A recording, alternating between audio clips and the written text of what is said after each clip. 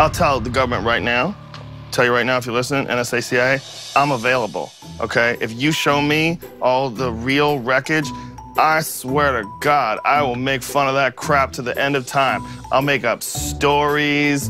I'll lie to my mother. I don't care. You show me a UFO, I'll lie to my mother. So when you see these crisscross patterns across the sky, what do you believe is happening?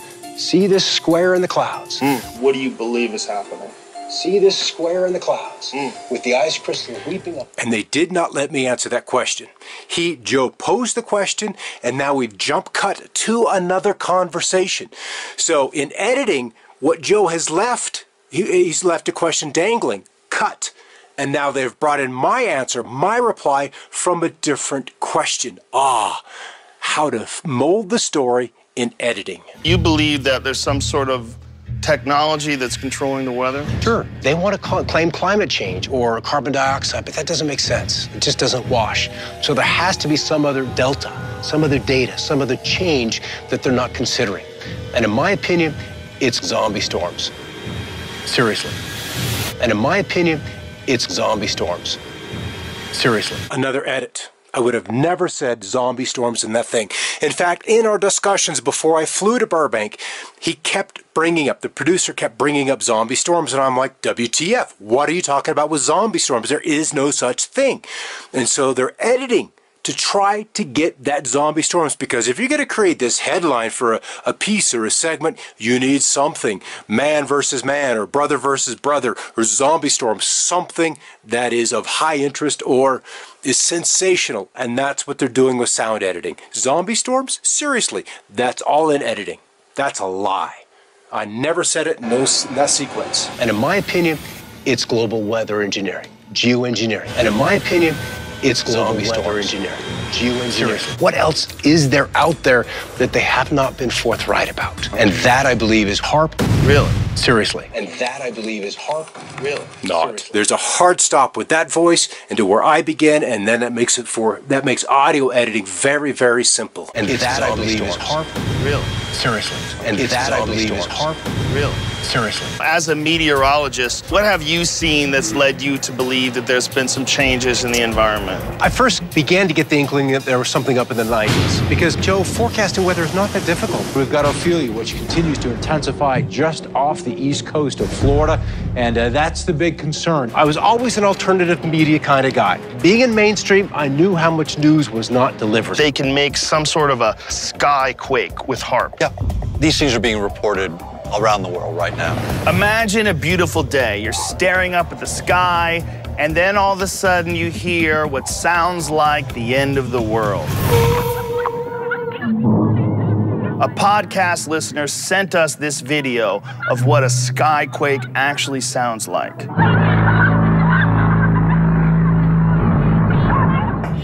podcast listener. And that is my front row street, that is my Moonlight Way, that is my hand, and that is my San Luis Valley, and that is my home video. This video has nothing at all to do with skyquakes. Yet, Joe Rogan and his crew felt that they could make fun of this or create the video which would further their telling of the story. Even if it was a complete lie, they went ahead with it anyway. That's a fraud. There is no audio except for that of my voice over that piece of video. You can see the Virga now reaching the south. A podcast listener sent us this video of what a skyquake actually sounds like. Not much at all. Look at the gusty winds, the cooler air. As far as getting... Here's what I learned on my journey. What people are calling chemtrails are not the government spraying evil chemicals on you. They look like clouds because they are clouds. The HAARP thing is a bit more confusing. It's terrifying when you're too dumb to know who's stupid. And unfortunately, that's where I find myself. And the only people who really know are the people that are working at HAARP. And none of them are talking. And I wouldn't talk either. And none of them are talking. And I wouldn't talk either. Are the world's governments manipulating the weather and creating huge zombie freak storms? We shall propose further cooperative efforts between all the nations in weather prediction and eventually in weather control. There are people that believe that the cloud-like trails you see in the sky behind jets are actually the government spraying evil chemicals. Before I get into how chemtrails supposedly control the weather, I need to find out if there's any truth to chemicals being sprayed. I'm going to look into this by talking to Kristen Megan, a whistleblower who is formerly with the U.S. Air Force, and she claims that she's seen evidence that shows that this is exactly what's happening. Part of my job was to approve hazardous materials that were acquired on base, so I started to see memos come down saying, disregard certain things that are called chemtrails, that's just a theory. We're working on weather items here, weather studies. I realized this is the perfect setup. It's very controlled. You cannot go on a flight line and take pictures. If you do, you will be on the ground with an M16 in your back. I enjoyed talking to Kristen, but she's making some crazy claims. This is Craig's job, firing chemicals into the clouds in a controversial attempt to modify the weather. According to the World Meteorological Organization, 52 countries have a weather modification program. Insurance companies, like ones in Alberta, fund cloud seeding projects in order to lessen damage claims they receive. You could do it for reducing hail. They've tried it on hurricanes to modify hurricanes, to reduce the intensity of hurricanes. To do that, pilots target clouds full of moisture and eject small amounts of an inert chemical. Another example is the array of technologies, often referred to collectively as geoengineering, that potentially could help reverse the warming effects of global climate change. One that has gained my personal attention is stratospheric aerosol injection, or SAI, a method of seeding the stratosphere with particles that can help reflect the sun's heat in much the same way that volcanic eruptions do. An SAI program could limit global temperature increases, reducing some risks associated with higher temperatures and providing the world economy additional time to transition from fossil fuels. Other modification programs, experimental ones done by private companies, done by the United States government, done by states across the United States, are underway. There's more than 50 of them in operation across the United States. There are programs around the world, international corporations, are modifying our weather all the time, and they're modifying it in ways that cover thousands and thousands of square miles. Most of it is chemically altered, so that what happens is that we are putting chemicals, ground-based chemicals that are shot into the air, or chemicals coming from airplanes that change and modify our weather. Have you ever uncovered any evidence where you have direct government documentation? They used it in a program called Project Popeye, where the U.S. government flooded out the Vietnamese Ho Chi Minh Trail. Cloud seeding is one thing, and it's been proven for a long time. It's a fact that they use cloud seeding to try to flood the Ho Chi Minh Trail. But there's a big difference between cloud seeding and actively spraying chemicals like aluminum and barium over our head on a daily basis. They're talking about controlling weather. I think the debate is over. I'm not buying what Michael Murphy's selling. I'm even more skeptical now. I don't think he knows enough about the weather to be talking about this, so I'm gonna talk to a guy who does. His name is Scott Stevens. He's a meteorologist, and he is a chemtrail believer. Hey everybody, you probably watched the Joe Rogan Questions Everything episode of the Sci-Fi Channel that aired this July 31st. They first contacted me back in early July. David Marcus was the senior producer who wrote me the initial email back then, and it was his goal, at least as conveyed to me, to get this topic into the mainstream, to make the debunkers eat their words, not his words, but essentially the concept of what this project was supposed to do. There was so much evidence, it was so clear, so self-evident, as he expressed it to me, that it was a slam dunk. Now, with a project that had that intent expressed to me up front, I wanted to be a part of. And so I let A. Smith & Company, who was the production house for this, have access to what I had. Uh-oh, here we go. HAARP. Every conspiracy theorist's ears just got a little bit bigger. For those of you who don't know what HAARP is, it's a top-secret military installation. The strange weather patterns, the zombie storms. Even though it's clear that something's going on, I'm not buying that chemtrails are causing all these things. I'm gonna talk to a man next. His name is Mick West, and he runs a debunking website where he clearly and scientifically analyzes all of the problems with the conspiracy theories behind chemtrails. Well, hello, Mick. Hey, Joe. Thanks for taking the time to educate us. Yep. Are chemtrails real? No, it's impossible to make a mile-wide trail by spraying powder. What are your thoughts on weather manipulation in the first place? What are your thoughts on, like, HAARP?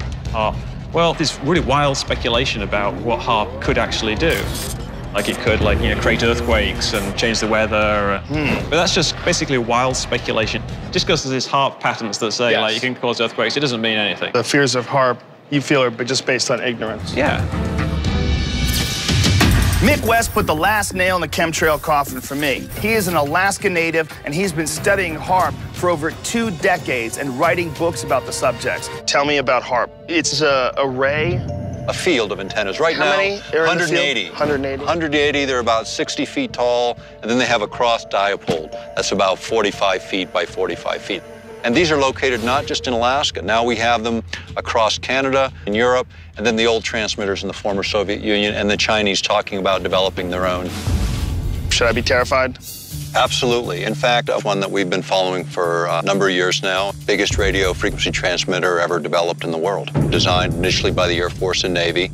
Now it's run by DARPA, which does some of the more dark side of military research for weapons applications. Nick is now telling me that HAARP is being run by DARPA. They're the guys who invent all sorts of crazy weapons that scare the out of you when you go online. And now they have the power to manipulate the weather. What do you think they're doing? What it's doing is it's literally heating up the ionosphere, which is about 30 miles above the Earth's surface, and then it pushes it out. So what happens then is the pressure systems in that region change, and jet streams moving in that area create a huge downstream effect, and one that cannot be accurately predicted. So affecting something in one part of the world could potentially affect something on the other side? Yes. So you may solve, say, a weather anomaly in one place and create 10 others that are uncontrollable. With electromagnetic waves, we could affect earthquakes, volcanic eruptions, and weather. And to trigger an earthquake, you basically have energy tied up in a fault zone. But if you could create a resonance signal that allowed that energy to release at a specific point in time, at a specific place, you could then direct it as a weapon. Wow. So what Nick is saying is that HAARP is sending massive energy into the sky that's being reflected down at the Earth in pinpoint locations, and that it could actually be used to cause earthquakes. HAARP is like the triggering mechanism for taking the energy within the Earth and manipulating it in specific ways for weapons applications. That's turning the Earth into a weapon. Woody Norris is a true genius. He has over 80 patents. He's worked on projects for DARPA and the NSA, and he's been studying HAARP and skyquakes. Does HAARP have the capabilities that the conspiracy theories are attributing to it? I think they're within the realm of possibility. There you go. That's it. What do you think that is? You think that's HAARP? That's what you think? Yes, then let me explain why.